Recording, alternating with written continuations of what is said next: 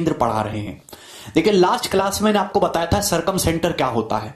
Triangle के तीनों vertex तीनों शीर्षों से होकर गुजरने वाले सर्कल को सरकम सर्कल कहते हैं। सरकम सर्कल का सेंटर सरकम सेंटर कहलाता है और सरकम सर्कल की रेडियस सरकम रेडियस कहलाती है। ठीक है भाई, आप ये बात समझे। सरकम सेंटर ट्रायंगल के तीनों वर्टिसेस से इक्वल डिस्टेंस पे होता है। सही है। सरकम सेंटर बनता कैसे है? ट्रायंगल की तीनों साइड्स के, त्रिभुज की तीनों भुजाओं के परपेंडिकुलर बाइसेक्टर एक दूसरे को जिस पॉइंट पे काटते हैं दोस्तों, वो पॉइंट ही आपका सरकम सेंटर होता है।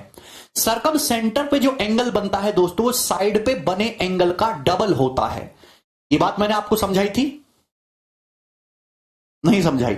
चलिए ये बताते हैं आपको। नेक्स्ट कंसेप्ट समझिए दोस्तों, मेरे प्यारे भाई। देखिए दोस्त, अगर मैं आपके सामने इस तरीके से एक सर्कल खींचू, ये एक सर्कल है और ये ट्रायंगल एबीसी को सरकमस्क्राइब कर रहा है। सरकमस्क्राइब करने का क्या मतलब है कि ये ट्रायंगल एबीसी के तीनों वर्टेक्स से होकर गुजर रहा है। ये ट्रायंगल एबीसी के तीनों शीर्षों से होकर गुजर रहा है और इस सर्कल का जो सेंटर है दोस्तों वो O है और इसी को हम लोग सरकम सेंटर कहते हैं। इसी को हम लोग क्या कहते हैं? सरकम सेंटर कहते हैं।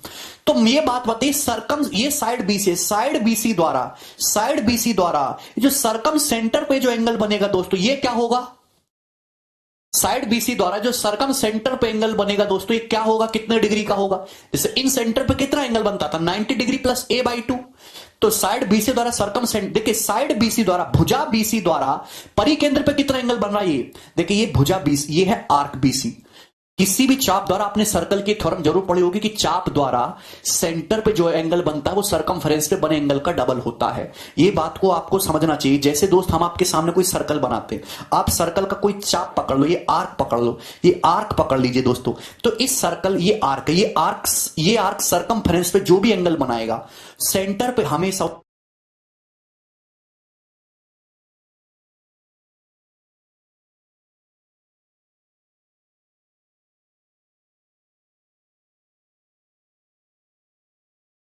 उसका डबल एंगल बनेगा। अगर ये थीटा है तो सेंटर पे हमेशा डबल एंगल बनेगा। ये एंगल बीओसी जो है, ये चाप बीसी द्वारा साइड पे कौन सा एंगल बन रहा है? बीएसी। तो सरकम सेंटर पे डबल एंगल बनेगा, twice of angle BAC, twice of angle BAC. क्या इसमें कोई तकलीफ है दोस्तों? ये कंसेप्ट है, आपको पता होना चाहिए। इसी तरीके से अगर आप इसको मिला दें तो आप बताओ, साइड ए बी द्वारा या आर्क ए बी द्वारा सेंटर पे कितना एंगल बन रहा है? ये एंगल बन रहा है। तो इस एंगल की वैल्यू क्या होगी? Angle AOB. क्या होगा भाई? AB द्वारा सेंटर पे जो एंगल बन रहा है, AB द्वारा सर्कल की परिधि पे जो एंगल बना है, एंगल ACB, उसका डबल होगा। सरकम सेंटर पे वर्टेक्स का जस्ट डबल एंगल बनता है। क्लियर है? साइड AC द्वारा सेंटर पे कितना एंगल बन रहा है? Angle AOC। ये जो एंगल AOC है, ये डबल होगा जो वर्टेक्स पे एंगल बन रहा है साइड AC द्वारा B पे, twice of angle ABC। Clear है? क्या इसमें कोई परेशानी है? बहुत सारे बच्चे बोल रहे होंगे सर ये कैसे आई, होता क्यों है? देखिए दोस्तों, ये तीनों ही बराबर है। ये भी सरकम रेडियस है, ये भी सरकम रेडियस है, ये भी सरकम रेडियस है। जरा ढंग से समझिएगा मेरे दोस्त। मैं अगर आपसे कहता हूं कि ये ट्रायंगल एओबी आइसोसेलेस हो गया, अगर ये थीटा है प्यारे भाइयों, तो ये एंगल भी थीटा होगा। कि ट्रायंगल कैसा है? आइसोसेलेस ट्रायंगल है। आप बोलोगे जी सर। तो आप जब इसको आगे बढ़ाओगे, थीटा है, ये थीटा है, तो एक्सटीरियर एंगल कितना हो जाएगा? ये एक्सटीरियर एंगल कितना हो गया? तो आप कहोगे जी 2 थीटा। आप ट्रायंगल एओसी को देखो, साइड ओए और ओसी बराबर बराबर है दोस्तों। अगर ये एंगल अल्फा है तो ये एंगल भी अल्फा होगा, आइसोसेलेस ट्रायंगल। तो एक्सटीरियर क्या होगा? अल्फा, अल्फा का डबल 2 अल्फा होगा एक्सटीरियर की वैल्यू। तो आप बताइए एंगल बीओसी कितना आया है? एंगल बीओसी की वैल्यू कितनी है? 2 थीटा प्लस 2 अल्फा। आप बोलोगे हाँ जी सर यही आई है। 2 कॉमन आ जाएगा, ब्रैकेट में कितना आएगा जी? Theta plus alpha. ब्रैकेट में कितना है? Theta plus alpha. और ये थीटा प्लस अल्फा है क्या? ये थीटा प्लस अल्फा है क्या? बोलो, ये एंगल बीएसी तो है। ये थीटा प्लस अल्फा है क्या?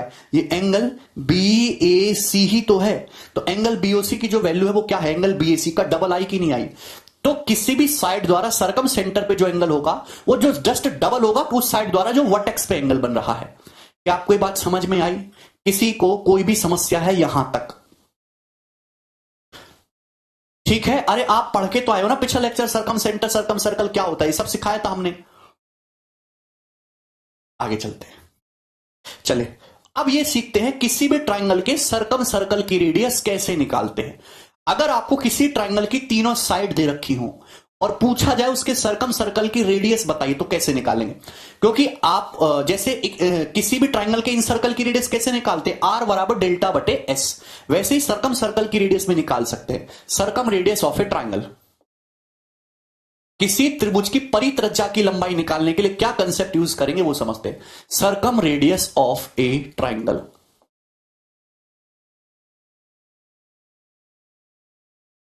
आप बोलोगे जी sir circumradius of a triangle, ढंग से समझिएगा, ठीक है दोस्त। मेरे प्यारे भाई, जैसे दोस्त मैं आपके सामने ट्राइंगल बनाता हूं इस तरीके से,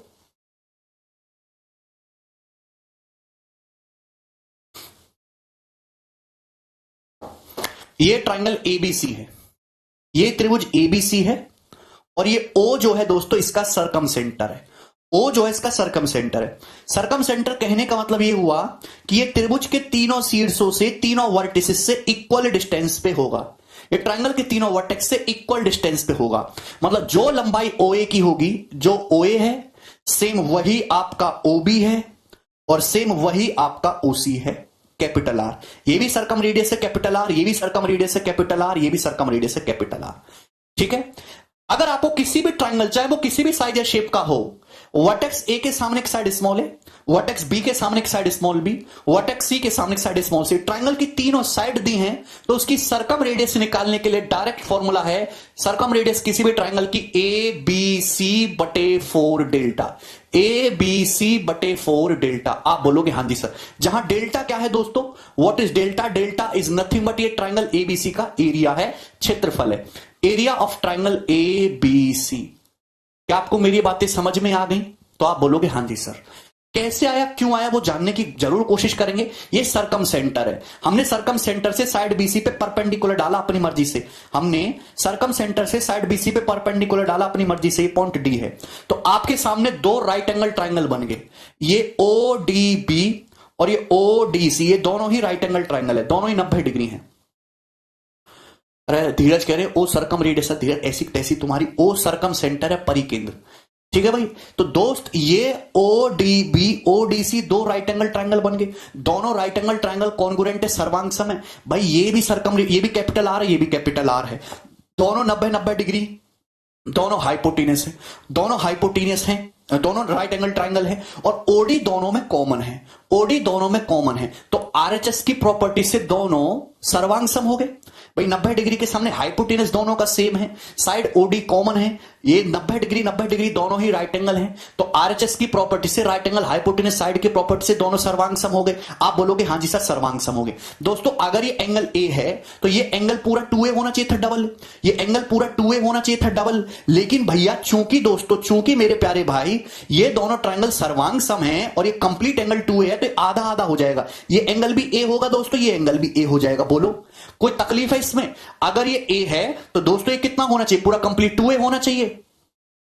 अब परपेंडिकुलर डाले सरकम सेंटर से, ठीक है भाई। तो आप बोलोगे हाँ जी सर। अब बताओ ये पूरी साइड A है, तो यहां ये साइड A है, दोनों लेंथ इक्वल होंगी BD और DC है भाई। अगर ये पूरी साइड A है तो ये कितना आ जाएगा दोस्तों, A/2, कितना आ जाएगा A/2, और ये भी कितना हो जाएगा A/2। अरे बोलो क्या तुम्हें कुछ भी समझ आता है? A/2 दोनों ही राइट एंगल ट्राइंगल हैं, कॉन्ग्रुएंट है, सर्वांग सम है। A हाफ कैसे हुआ? A हाफ हुआ क्योंकि तुम मंद बुद्धि हो। आप बताओ, अरे कबाड़, अगर ये एंगल A है तो सरकम सेंटर पर कितना एंगल बनेगा? सरकम सेंटर पर 2A बनता है, 2A, ये 2A बनेगा। ये BOC एंगल कंप्लीट 2A होगा। ये दोनों राइट एंगल ट्राइंगल सर्वांग सम है, तो दोनों एंगल इक्वल इक्वल हो जाएगा, AEA हो जाएगा, AE हो जाएगा, आधा आधा।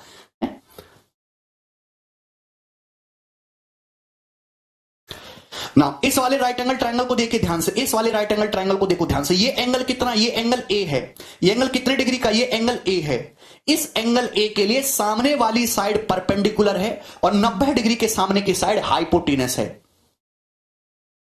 इस एंगल A के सामने की साइड परपेंडिकुलर है, 90 के सामने की साइड एक कैपिटल R हाइपोटेनस है। मुझे यही तो डिस्टेंस पता है, ये A/2 पता है, ये R पता है, ये परपेंडिकुलर है, हाइपोटेनस है। परपेंडिकुलर और हाइपोटेनस में कौन, इसमें ट्रिग्नोमेट्री लगाए, कौन रिलेशन बताता है? तो आप कहोगे साइन। क्या बताता है? Sign, sine theta. साइन क्या होता है? लंब बटे कर्ण। तो साइन A बराबर परपेंडिकुलर बटे हाइपोटेनस। इस एंगल A के लिए सामने उसके अपोजिट साइड परपेंडिकुलर है A/2, और 90 डिग्री के सामने हाइपोटेनस है कैपिटल आर। इस राइट एंगल ट्राइंगल में क्या लगाया हमने, साइन ए। साइन थीटा क्या होता है, लंब बटे कर्ण, परपेंडिकुलर बटे हाइपोटेनस। तो साइन ए कितना आ गया, ए, साइन ए बराबर A/2 अपॉन आर। क्लियर, कोई तकलीफ कोई परेशानी? तो कैपिटल आर को दोस्तों हम लोग इधर ले आएंगे तो क्या हो जाएगा, A/2 साइन ए। ए अपॉन ये इधर आ जाएगा, साइन ए इधर आ जाएगा, तो A/2 साइन ए।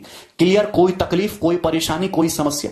ये बहुत इंपॉर्टेंट कंसेप्ट है जो आपको पता होना चाहिए, बहुत ही ज्यादा इंपॉर्टेंट कंसेप्ट है। कैपिटल आर बराबर A/2 साइन ए। नहीं हो सकता अमित, ठीक है। यानी कि अगर आपको किसी भी ट्रायंगल की एक साइड पता हो, उस साइड के सामने का एंगल पता हो, तो आप उसकी सरकम रेडियस निकाल सकते हो। अगर आपको किसी भी ट्रायंगल की साइड पता हो, भाई ये साइड एक्स है और उसके सामने का ये एंगल थीटा है, तो सरकम रेडियस का फॉर्मूला क्या हो जाएगा, x/2 साइन थीटा। क्लियर, कोई तकलीफ है? साइड पता होना चाहिए, उसके सामने का एंगल पता होना चाहिए। कैपिटल आर बराबर A/2 साइन ए। राम लखन सामने प्रूफ दिया तो है, ठीक है।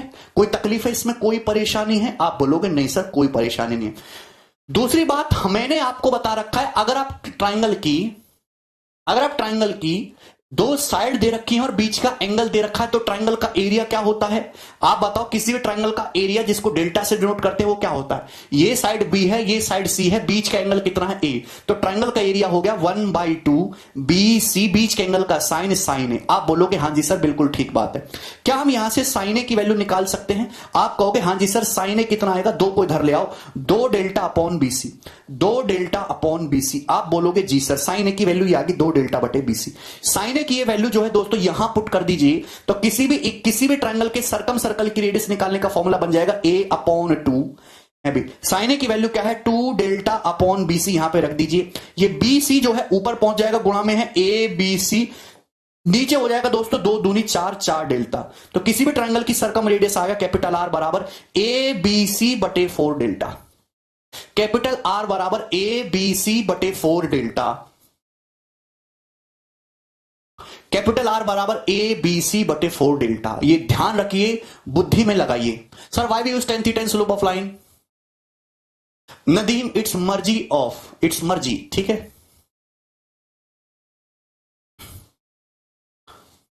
ये किसी भी ट्रायंगल के लिए, एनी ट्रायंगल किसी भी साइज या किसी भी शेप का हो, कोई फर्क नहीं पड़ता। For any triangle circumradius is nothing but ABC upon 4 delta, ठीक है। तो आप यहां से भी सरकम रेडियस निकाल सकते हैं, आप यहां से भी सरकम रेडियस निकाल सकते हैं। आप बोलोगे हाँ जी सर कोई तकलीफ है, ठीक है दोस्तों। अच्छा भाई, मैंने आपको यह बताया हुआ है साइन रूल। अभी अगर ध्यान से सुनेगा, अगर दोस्तों ये एक ट्रायंगल है, ये ABC ट्रायंगल है, आप बोलोगे जी सर ये साइड A है, ये साइड B है, ये साइड C है, ठीक है ना। तो अगर किसी भी ट्रायंगल की सरकम रेडियस निकालने, तो सरकम रेडियस का फंडा क्या है, A/2 साइन ए, A/2 साइन ए बराबर, भाई ये साइड B है, इसके सामने का एंगल B है, तो आप ऐसे भी कर सकते हो। सिमिलरली इसी तरीके से सिमिलरली आप ये भी प्रूफ कर सकते हो B/2 साइन B बराबर। सिमिलरली इसी तरीके से ये साइड C है, स्मॉल सी, इसके सामने का एंगल ये भी कैपिटल C है, स्मॉल C/2 साइन C। भाई साइन रूल ही तो है, ये साइन रूल भी तो आ गया। अरे साइन रूल के अकॉर्डिंग क्या होता है, A बटे साइन ए बराबर B बटे साइन B बराबर C बटे साइन C। ये साइन रूल ही तो है। क्लियर, कोई तकलीफ हो तो भाड़ में जाओ, लगा कहेंगे। A/2 साइन ए इतना डिटेल में बता दिया, प्रूफ करके बताया कि डेफिनेशन समझाइए, मतलब समझाए। तुम्हें क्या लगता है कि 25 दिन तक यही पढ़ाता रहूं? साइन रूल क्या कहता है, A/साइन ए बराबर B/साइन B बराबर C/साइन C। इतना डिटेल में बताने के बावजूद भी नहीं समझ में आता तो कलंक है तुम पे। C/साइन C बराबर क्या आ जाएगा, ये 2 उधर पहुंच जाएगा 2R। साइन रूल ये कहता है कि किसी भी ट्रायंगल की साइड और उसके अपोजिट एंगल के साइन का रेशियो बराबर होता है। A बटे साइन ए बराबर B बटे साइन B बराबर C बटे साइन C बराबर किसके होगा, 2R के। 2 उधर पहुंच जाएगा 2R। तो A बटे साइन ए बराबर B बटे साइन B बराबर C बटे साइन C एक कांस्टेंट होता था, ये कांस्टेंट आज सिद्ध हुआ कि ये कांस्टेंट उस ट्रायंगल की सरकम रेडियस का डबल होता है। A बटे साइन ए बराबर B बटे साइन B बराबर C बटे साइन C बराबर हो जाएगा 2R। क्लियर है, कोई दिक्कत? चलिए दोस्तों, तो आपको समझ में आया, मैंने आपको दो कंसेप्ट बताए कि सर्कम सेंटर पे जो एंगल बनेगा वो वर्टेक्स एंगल का डबल होगा। ठीक है भाई। किसी भी ट्रायंगल की सर्कम रेडियस निकालने का फॉर्मूला R बराबर A/2 sin A। अगर तीनों साइड दे रखी हैं तो किसी भी ट्रायंगल की सर्कम रेडियस निकालने का फॉर्मूला ABC बटे 4 डेल्टा।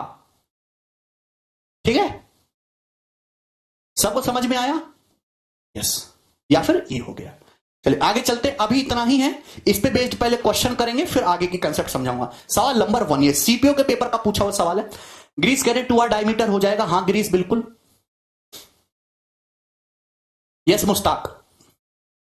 इन स्केलन ट्रायंगल फील्ड, एक स्केलन ट्रायंगल फील्ड है मतलब जिसकी तीनों भुजाएं अलग अलग हो। एक पोल इज सिचुएटेड, एक पोल खड़ा है, and angle of elevation from the corners to the top of pole are equal. और एलिवेशन एंगल जो है फ्रॉम द कॉर्नर्स, कोनों से पोल के टॉप का वो इक्वल है। The pole is situated on which point of triangular field, pole जो है वो ट्रायंगुलर फील्ड के किस पॉइंट पर खड़ा है? तो सभी का जवाब हो जाएगा जी सर्कम सेंटर पे खड़ा है। ए ऑप्शन इसका आंसर है।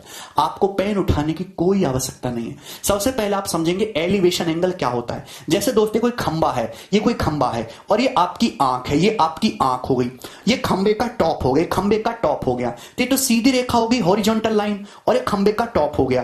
तो ये टॉप को मैंने आंख से मिलाया और ये हॉरिजॉन्टल लाइन के बीच में ये जो एंगल बनता है, इसी एंगल को एलिवेशन एंगल, हिंदी में उन्नयन कोण बोलते हैं। उन्नयन कोण दोस्तों एक मैदान है, स्केलन फील्ड है, मतलब तीनों साइड अलग अलग हैं, तीनों साइड अलग अलग हैं। अब इसके अंदर जो है दोस्तों एक खंबा खड़ा है, तो खंबा ऐसे खड़ा होगा। ये एक 3D फिगर है दोस्तों, ये एक 3D फिगर है, इसमें नहीं बनाया जा सकता। जैसे फील्ड है तो इस फील्ड के ऊपर ये कोई खंबा खड़ा है, ऐसे खंबा, तो इस फील्ड के कोई 3 कॉर्नर है, ट्रायंगुलर फील्ड है, कॉर्नर 3 होंगे, 3 शीर्ष, हर कॉर्नर से इस खंबे के टॉप का एलिवेशन एंगल सेम है। ध्यान सुनिएगा, ABC, तीनों कॉर्नर से ABC से इस पोल के टॉप का इस पे खंबा खड़ा है, इस तरीके से समझ लेते हैं, एलिवेशन एंगल सेम है।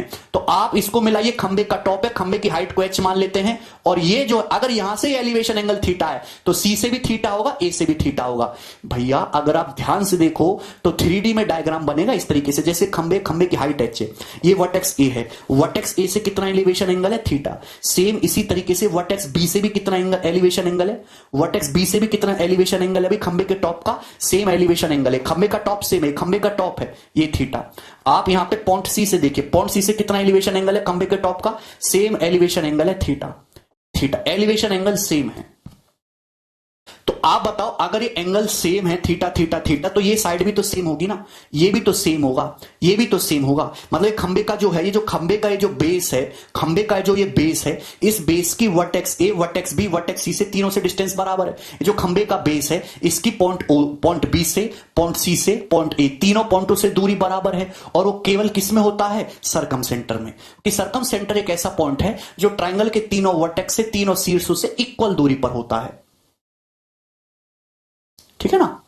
OA OB OC बराबर आ रहा है, इसका मतलब ये सर्कम सेंटर होगा कि ट्रायंगल का सर्कम सेंटर ही ऐसा पॉइंट होता है जो त्रिभुज के तीनों शीर्षों से इक्वल दूरी पर होता है। बात समझ में आई? आगे बढ़ जाते हैं नेक्स्ट सवाल की तरफ। ये बताइएगा,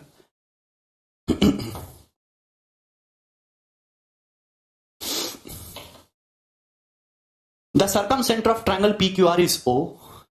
इसी ट्रायंगल PQR का सर्कम सेंटर O है। ये ट्रायंगल PQR हो गया दोस्तों, O इसका सर्कम सेंटर है। एंगल QPR, ये जो एंगल है ये 55 डिग्री का दे रखा है। एंगल QRP 75, QRP ये एंगल 75 डिग्री का दे रखा है। तो आपसे पूछा है OPR कितना होगा? OPR तो O से P को मिला देंगे, ये एंगल आपसे पूछा है, बताइएगा ये वाला एंगल कितनी डिग्री का होगा? जल्दी से जवाब दीजिए। देखिए सर्कम सेंटर के सवाल में ये तो लगेगी थ्योरम कि सर्कम सेंटर पे बना एंगल डबल होता है। भाई अगर ये 55 है, 75 है, तो ये एंगल कितना आएगा? 130 हो गया, तो ये एंगल कितना आएगा जी? 50 डिग्री। अगर ये एंगल 50 डिग्री है तो आप बताइए सर्कम सेंटर पे कितना एंगल बनेगा? जस्ट डबल बनेगा। ये एंगल जस्ट डबल बनेगा, 100 डिग्री। आप बोलोगे यस सर। आप बताइए सर्कम सेंटर है, सर्कम सेंटर की तीनों वर्टेक्स से दूरी इक्वल होती है, ये डिस्टेंस और ये डिस्टेंस इक्वल होगी।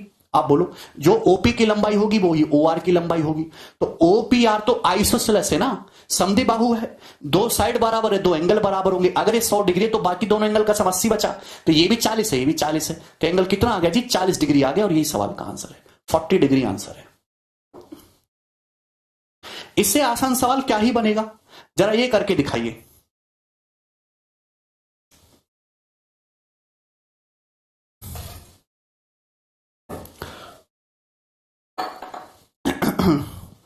O is the circumcenter of a triangle PQR where angle P 56 degree. If the bisector of angle OQR and ORQ intersect at M, then what is the measure of angle QMR? बताइए। सवाल का उत्तर आ जाएगा जी C option 146 degree. आपको pen उठाने की जरूरत नहीं है। जयवीर थ्योरी पढ़ के आओ। जो बच्चे पिछला लेक्चर नहीं देख के आए हैं उनको कुछ भी समझ नहीं आएगा और आना भी नहीं चाहिए, उनके पाप बहुत है। ये ट्रायंगल PQR है दोस्तों। ट्रायंगल PQR में ये दे रखा है कि ये एंगल जी 56 डिग्री, ये एंगल 56 डिग्री है। ओ इसका सरकम सेंटर है, बुद्धि में रखा करो, ओ सरकम सेंटर है। एंगल OQR और ORQ के बाइसेक्टर खींचे, ये OQR और ORQ। एंगल OQR का बाइसेक्टर खींचा है भाई, एंगल ORQ इस एंगल का बाइसेक्टर खींचा है। ये कहां पे मिल रहा है? ये पॉइंट M पे जाके मिल रहे हैं, इस पॉइंट M पे। तो आपसे पूछा ये एंगल बताओ, एंगल QMR। तो ये इस ट्रायंगल OQR के लिए इन सेंटर हो गया ना, ट्रायंगल OQR के लिए इन सेंटर। अगर ये 56 डिग्री है तो सरकम सेंटर है, तो सरकम सेंटर पे डबल बनेगा ना, 56 डिग्री का दुगुना। तो ये इन सेंटर पे कितना बनेगा ट्रायंगल OQR के लिए? 90 डिग्री प्लस 56 गुणा 2 बटा 2, यानी कि 90 प्लस 56 146 डिग्री। इसका आंसर जाएगा जी C option.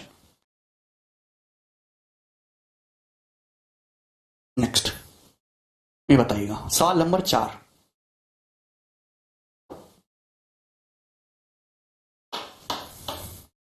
A triangle ABC is inscribed in a circle with center O।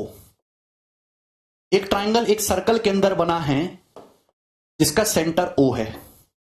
Inscribe का मतलब होता है अंदर, सर्कमस्क्राइब का मतलब होता है बाहर। एक ट्राइंगल ABC बना है एक सर्कल के अंदर जिसका सेंटर O है। AO को बढ़ाया जाता है to meet the circle at K। AD perpendicular to BC, angle B 80, angle C 56, measure of angle DAK। तो इस तरीके से है।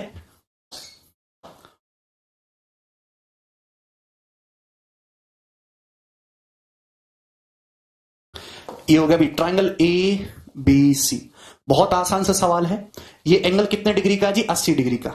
ये एंगल कितने का दिया है? C दिया है 64 डिग्री का। ढंग से समझिएगा, वेरी बेसिक क्वेश्चन। सर्कल का सेंटर है O, ये सर्कल का सेंटर हो गया O। AO को प्रोड्यूस किया जाता है जिससे कि उस सर्कल को K पे मिले। इस लाइन AO को आगे बढ़ाया है और आगे बढ़ाया वो सर्कल को जाके कहां पे मिल रहा है? पॉइंट K पे जाके मिल रहा है। AD परपेंडिकुलर टू BC, ये जो लाइन है AD ये परपेंडिकुलर है BC पर। ये लाइन AD जो है ये परपेंडिकुलर हो गया BC पर। आपसे पूछा एंगल DAK, ये एंगल बताइए जी ये कितने डिग्री का होगा? बताइए जल्दी से।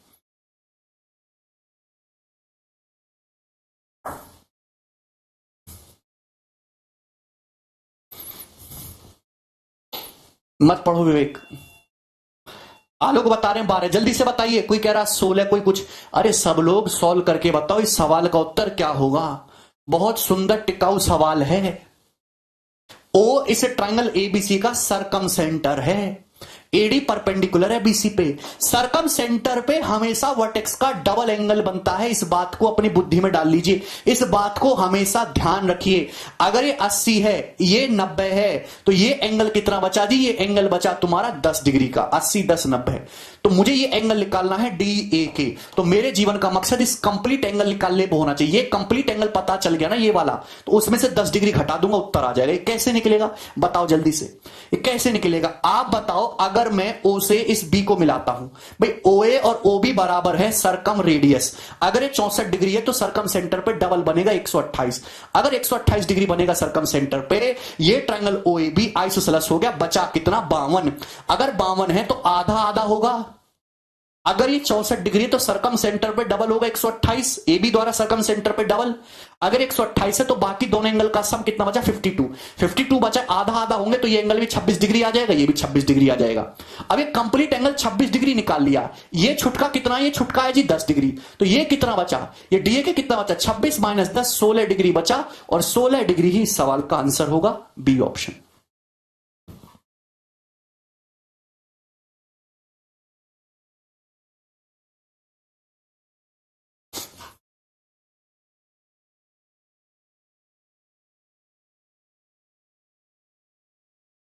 ये दोस्तों ट्रायंगल ABC है, ये 80 डिग्री है, ये 64 डिग्री है।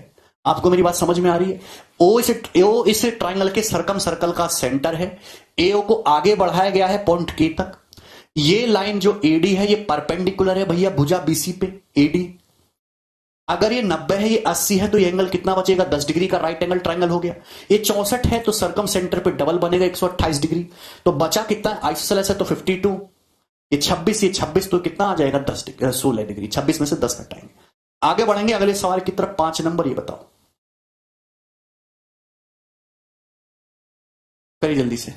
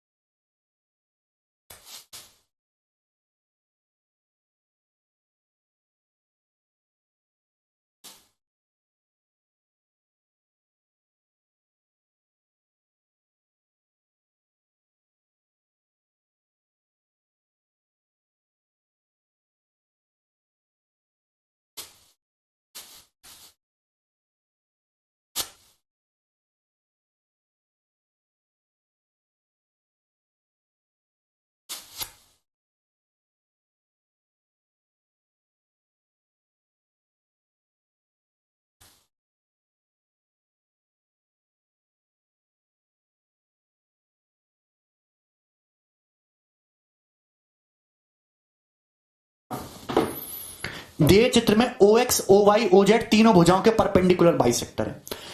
O X O Y O Z तीनों साइड के परपेंडिकुलर बाइसेक्टर हैं। तो तीनों परपेंडिकुलर बाइसेक्टर जहां पे मिल रहे हैं, क्या वो पॉइंट ओ सरकम सेंटर नहीं हो गया? मतलब ये ओ ट्रायंगल पी क्यू आर का सरकम सेंटर है।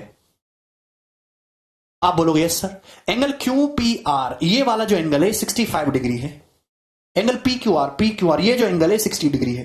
तो आपसे पूछा angle Q O R, angle Q O R ये वाला एंगल, ये वाला angle plus angle P O R ये वाला एंगल, इन दोनों एंगल का सम पूछा है। बहुत ही घटिया सवाल है। अगर ये 65 है तो ये डबल होगा 130 डिग्री, और ये 60 है तो ये डबल होगा 120 डिग्री। सरकम सेंटर पे डबल बनता है, दोनों का सम आ जाएगा 250 डिग्री, और ये आंसर है 250 डिग्री।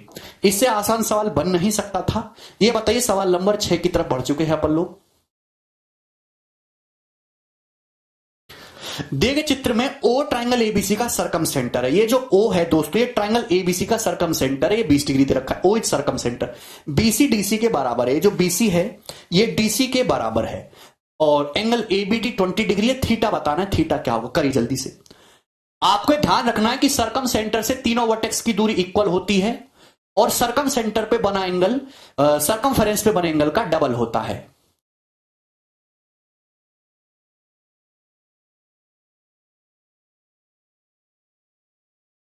भाई।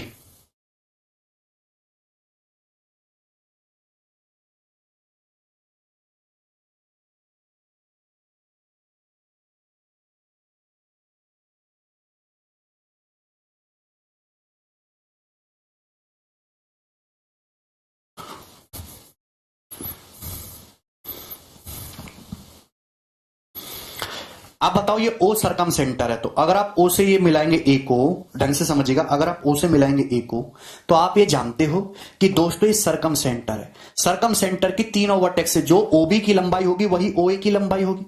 आप बोलोगे हाँ जी सर। अगर ये 20 डिग्री है तो एंगल भी 20 डिग्री होगा ना।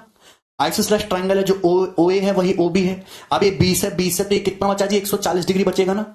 तीनों एंगल का सम 180 होना चाहिए।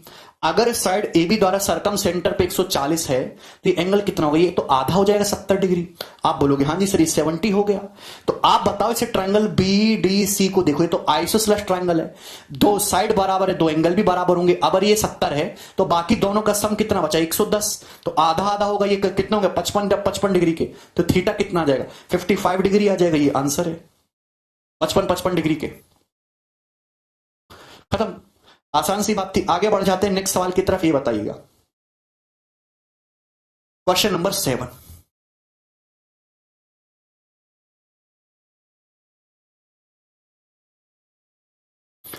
ट्रायंगल एबीसी में internal bisector of ABC intersect the circumcentre at P Q R respectively. ढंग से समझिएगा, ये तुम्हारा सर्कल है,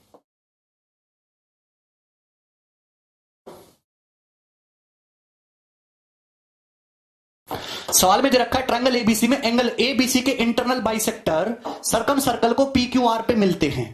तो आप एक बात बताओ, जैसे ट्रायंगल एबीसी हुआ, जैसे ये त्रिभुज ए बी सी हुआ, तीनों एंगल्स के एंगल बाइसेक्टर जो हैं सरकम सर्कल को पी क्यू आर पे मिल रहे, तो आपने एंगल ए का बाइसेक्टर खींचा, एंगल ए का बाइसेक्टर ये सरकम सर्कल को जाके मिल रहा है पी पे। आपने एंगल बी का बाइसेक्टर खींचा, सरकम सर्कल को जाके मिल रहा है यहां पॉइंट क्यू पे। आपने एंगल सी का बाइसेक्टर खींचा तो यहीं से पास करेगा, ये सरकम सर्कल को जाके मिल रहा है जी पॉइंट आर पे। तो जहां तीनों एंगल बाइसेक्टर मिल रहे हैं, ये पॉइंट तो इन सेंटर है ना, ध्यान से देखना, ये पॉइंट इन सेंटर है जहां तीनों एंगल बाइसेक्टर मिलते हैं, सरकम सर्कल का सेंटर नहीं है। आपको दिया एंगल ए 36 डिग्री, ये वाला एंगल 36 डिग्री का है, 36 डिग्री का है। आपको दिया एंगल बी क्यू आर 120, तो मिला लो बी क्यू आर ये 20 डिग्री दिया, ये एंगल 20 डिग्री का दिया जी, 20 डिग्री का। और आपसे पूछा है सी आर क्यू, ये एंगल पूछा है सी आर क्यू, बताओ सी आर क्यू। आप ये बात अच्छी तरीके से जानते, अगर ये 36 डिग्री है तो ये एंगल कितने डिग्री का होगा। अगर बीसी द्वारा ये वर्टेक्स पर 36 डिग्री बना तो इन सेंटर पे कितना बनेगा, इन सेंटर पे 90 प्लस 36 बटा 2, 90 डिग्री प्लस 36 बटा 2 यानी कि 108 डिग्री। ये एंगल 108 डिग्री का है, ये एंगल भी 108 डिग्री का ही होगा भैया। ये 108 और ये 20 128 हो गया, तो ये एंगल कितना बचा ट्रायंगल, इसको देखो आई क्यू आर को, सब 180 होना चाहिए, एंगल कितने का बचा 52 डिग्री का, और 52 डिग्री ही सवाल का आंसर है डी ऑप्शन। इस सवाल को पूछने का लॉजिक बस यही था कि एग्जामिनर आपको इन सेंटर सरकम सेंटर में कंफ्यूज करना चाहता है, बस ठीक है। अगर आपसे ये एंगल पूछ लिया जाता कि दोस्तों ये एंगल बताओ, ये एंगल कितने डिग्री का होगा, ये वाला, ये एंगल पूछ लिया जाता है, ये ना पूछ के अगर आपसे पूरा कंप्लीट ये ही पूछ लेता कि ये एंगल कितने डिग्री का है, ये वाला एंगल, तो क्या बता पाते हैं आप ये कंप्लीट एंगल, एंगल बी कितने डिग्री का है अगर आपसे ये पूछा होता। देखिए दोस्त, बहुत आसान सी सवाल है। आप जानते कि किसी भी सर्कल के चाप द्वारा सेम आर्क में बने एंगल इक्वल होते। आप ये चाप ले लो, ये चाप ले लो ए बी, ये चाप ले लो, इस चाप द्वारा कहीं भी एंगल बनाओ आप, अगर ये एंगल थीटा बन रहा है तो ये एंगल भी सेम बनेगा थीटा। ये बात आप पढ़ चुके हो ना, कितनी बार बता चुका हूं। आप कोई भी चाप ले लो, इस चाप द्वारा अगर ये वाला एंगल थीटा बन रहा है तो इस चाप द्वारा ये एंगल भी थीटा ही बनेगा। सेम आर्क द्वारा सर्कल की सरकमफ्रेंस पे ये आर्क द्वारा कहीं भी एंगल बनाओ थीटा ही बनेगा। अगर आप ढंग से देखो, थोड़ी बुद्धि लगाओ, ये चाप सी क्यू को देखो, arc C Q, arc C Q द्वारा सरकमफ्रेंस पे कितना एंगल बन रहा है, C R Q 52 degree, C R Q 52, तो सी बी क्यू ये भी तो 52 डिग्री होगा ना, ये भी तो 52 डिग्री होगा। अगर सी आर क्यू 52 है तो C B Q same angle 52 degree होगा।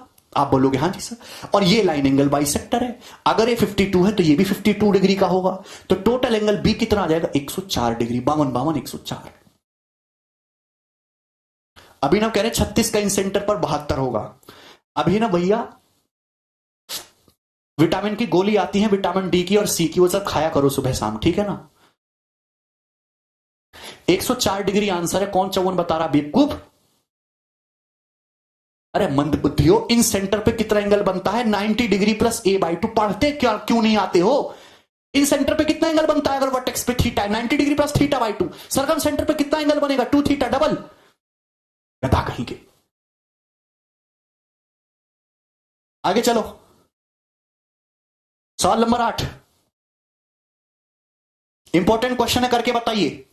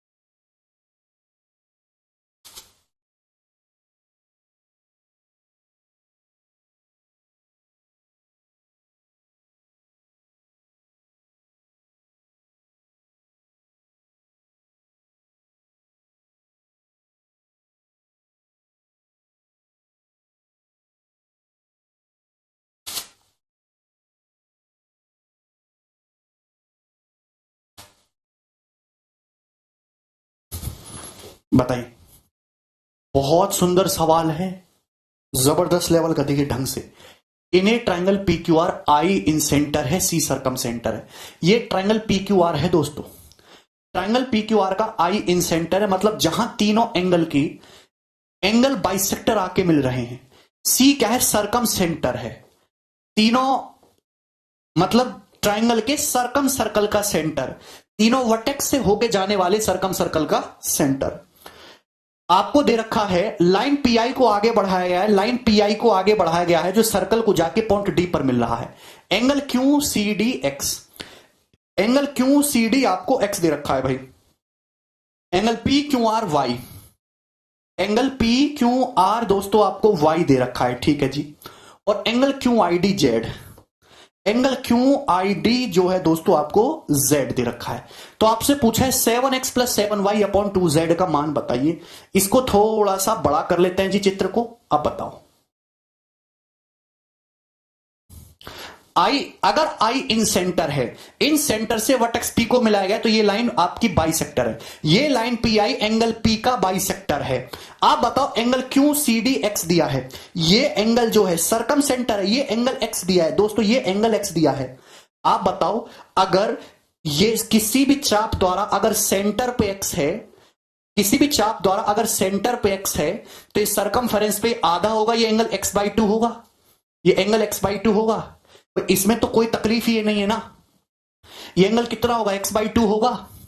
और कितनी बार बता चुका हूं, ये तुम्हारा सर्कल है। सर्कल में आप कोई भी चाप ले लो, कोई भी चाप ले लो, अगर सेंटर पे थीटा बन रहा है तो सरकमफेरेंस पे जस्ट आधा बनेगा, टू थीटा बाई टू। किसी भी चाप द्वारा सेंटर पे डबल एंगल बनता है, सेंटर पे डबल, सेंटर पे डबल, सेम चाप होना चाहिए। अगर चाप क्यूडी द्वारा सेंटर पे एक्स है तो सरकमफेरेंस पे आधा बनेगा एक्स बाई टू। बोलो हां, आप बोलोगे जी sir. Angle P Q R Y दे रखा है, ये angle P Q R Y दे रखा है, Q I D Z, Q से आई को मिलाया है, ये एंगल जेड दे रखा है, ये एंगल जेड है। एंगल पी क्यू आर आपको वाई दे रखा है, वर्बल क्वेश्चन है, angle P Q R Y दे रखा है, ये angle P Q R Y है। आप बताओ, आई इन सेंटर है, इन सेंटर से जब भी वर्टेक्स को मिलाते हैं बाइसेक्टर होता है, एंगल बाइसेक्टर। अगर पूरा angle P Q R Y है तो ये आधा आधा हो जाएगा, बाइसेक्टर हो जाएगा, Y by two, Y by two. बोलो हाँ, आधा आधा हो जाएगा, Y by two, Y by two. आप बोलोगे जी sir, Y by two, Y by two. Incentre क्या होता है? त्रिभुज की तीनों कोणों के एंगल बाइसेक्टर जहां मिलते हैं। अगर ये पूरा कंप्लीट एंगल वाई है, ये आई इन सेंटर से वर्टेक्स को मिलाया गया, तो हाफ हाफ होगा ना, Y by two, Y by two. और सवाल यही निपट जाता है। आपको ट्रायंगल दिखाई दे रहा है, बोलो ये एंगल एक्स बाई टू है, ये वाई बाई टू है, ये एक्सटीरियर कितना है? जेड। एक्सटीरियर कितना है? Z. Triangle P I Q. तो त्रिभुज के एक्सटीरियर एंगल की वैल्यू इंटीरियर एंगल के सम के बराबर होती है। आप बोलोगे जी सर, ये आ जाएगा, बोलो ठीक है ना। तो ये जेड बटे में आ जाएगा, तो यानी कि एक्स प्लस वाई बटे जेड बराबर कितना आ जाएगा दोस्तों? 2। ये सवाल पेपर में पूछा गया है, X plus Y by Z कितना आ जाएगा? 2। और यही आपका आंसर है। यहां पे 7x प्लस 7 बाई बटा 2z पूछा गया, 7 बाई 2 से मल्टीप्लाई करेंगे यहां पे, तो 7 आ जाएगा उत्तर। ठीक है भाई।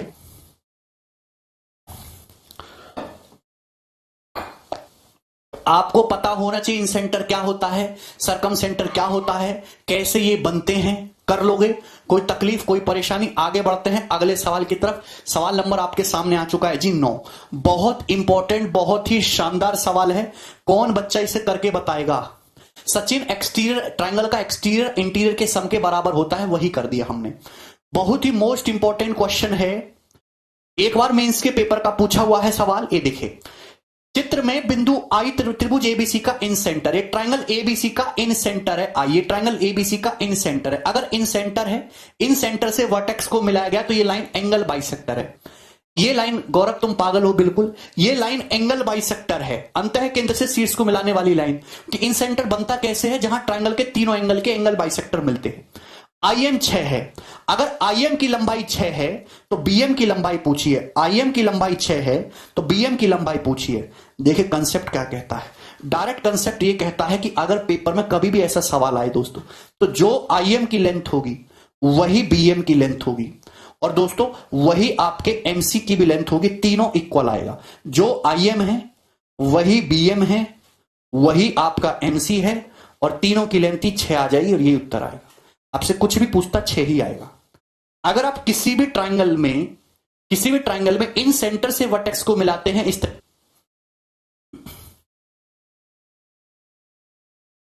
क्लियर? समझ में तो आया होगा तुम्हारे, है भाई? आया है किसी के? नहीं प्राणो, मैं आपको बताता हूं, देखिए कैसे हुआ। ये इन सेंटर है, अगर ये इन सेंटर है तो ये लाइन एंगल बाइसेक्टर होगी भाई। ये एंगल थीटा है तो ये एंगल भी थीटा होगा। ये एंगल थीटा है तो ये एंगल भी थीटा होगा। ध्यान सुनिएगा, ये एंगल थीटा है तो ये एंगल भी थीटा होगा। बोलो कोई तकलीफ है? कोई तकलीफ नहीं। आप एक बात बताइए मेरे दोस्त, सर्कल के सेम आर्क द्वारा सरकमफ्रेंस पे बने एंगल इक्वल होते हैं। अगर आप यहां पे ये देखते हो सीएम को देखते हो भाई, ये वाला एंगल थीटा बन रहा है। अगर ये एंगल थीटा बन रहा है तो ये एंगल भी तो थीटा बनेगा, ये एंगल भी तो सेम टू सेम थीटा बनेगा। अरे सेम आर्क द्वारा सरकमफ्रेंस पे बने एंगल चाप सीएम द्वारा ये एंगल एमएसी थीटा है तो एमबीसी भी थीटा होगा। एमएसी थीटा है तो एंगल एमबीसी, ये वाला एंगल भी तो थीटा होगा। बोलो जी हाँ। आप बोलोगे हाँ जी सर बढ़िया बात है, बिल्कुल सही बात है। आप बताओ, ये इन सेंटर है, इन सेंटर से वर्टेक्स को मिलाते हैं एंगल बाइसेक्टर हो जाता है। ये एंगल अल्फा है तो ये एंगल भी अल्फा होगा। बोलो जी, इन सेंटर से जब भी आप वर्टेक्स को मिलाते हैं एंगल बाइसेक्टर होता है। ये ट्राइंगल ए आई बी को देखो, ये थीटा है ये अल्फा है, तो एक्सटीरियर एंगल कितना बनेगा? Alpha plus theta. Exterior angle कितना बनेगा? Alpha plus theta. त्रिभुज के बाह्य कोण की वैल्यू अपोजिट इंटीरियर के सम के बराबर होती है। दोस्तों ये ट्राइंगल देखो आई बी एम, ये एंगल कितना? Alpha plus theta. ये एंगल कितना? Alpha plus theta. दो एंगल बराबर हैं तो दो साइड भी बराबर है। ये साइड 6 है तो ये साइड भी 6 ही होगी।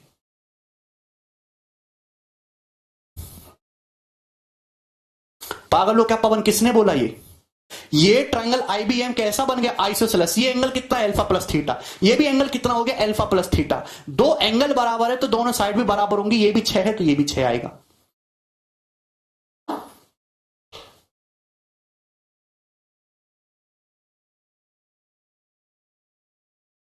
चल रही क्लास? बंद करो।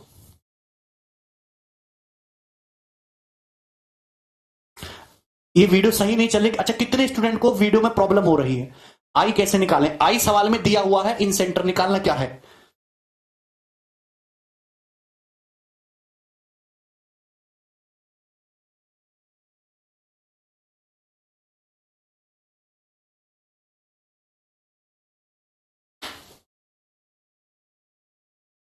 अच्छा, ये लाइव क्लास में प्रॉब्लम है कि जब रिकॉर्ड हो जाती है रिकॉर्ड में भी प्रॉब्लम है?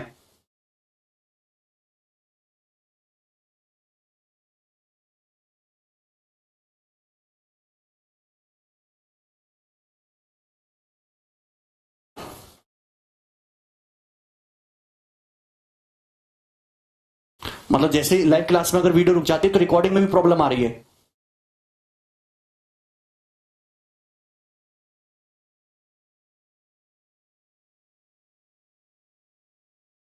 ठीक है, कल करते हैं फिर।